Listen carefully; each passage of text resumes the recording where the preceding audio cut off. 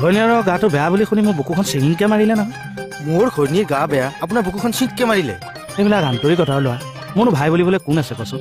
খবৰ এটা লৈ আহোঁ। নালাগে, যাব নালাগে।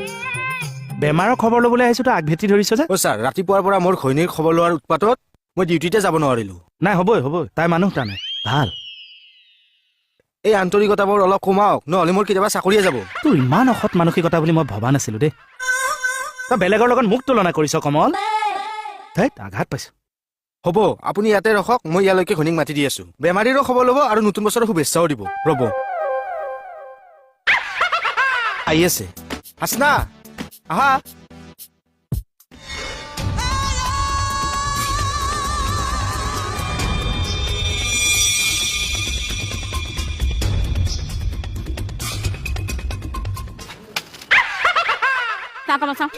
তুমি ইয়াত? কি তুমি ইয়াত হা?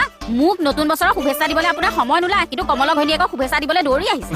একেলগে দিম বুলি কি নহয় বুলি ক'বলৈ আহিছে হা? মোৰ গা বেয়া হ'লে আপুনি থানাৰ পৰা ছুটী লৈ যায় নে খবৰ ল'বলৈ? কিন্তু ইয়ালে ব'লক, আজি থানালৈ ব'লক, চব থানাতে আছে, চবকে একেলগে শুভেচ্ছা দিব। আহক।